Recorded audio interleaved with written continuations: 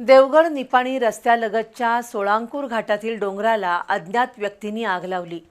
या आगीत मोठ्या प्रमाणात वनसंपदा जळून खाक झाली। शिवाय सरपटणारे प्राणी आणि पशुपक्ष्यांच्या निवाऱ्यांचं नुकसान झालं। काही समाजकंटक दरवर्षी उन्हाळ्याच्या सुरुवातीलाच डोंगरांना आगी लावतात। आता जागरूक नागरिकांनीच अशा विघ्नसंतोषी लोकांवर नजर ठेवण्याची गरज आहे।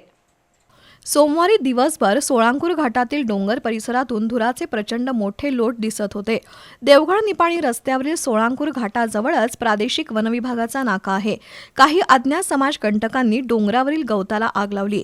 या आगीमुळे डोंगर परिसरातील झाडं, गवत आणि वन्यजीवांचा अधिवास नष्ट झाला।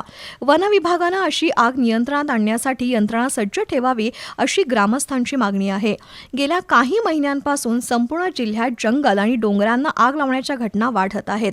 त्याचा परिणाम पर्यावरणावर होतोच, शिवाय निसर्ग साखळी उद्ध्वस्त होते। गवत जळाल्यानं पशुपालकही अडचणीत येतात।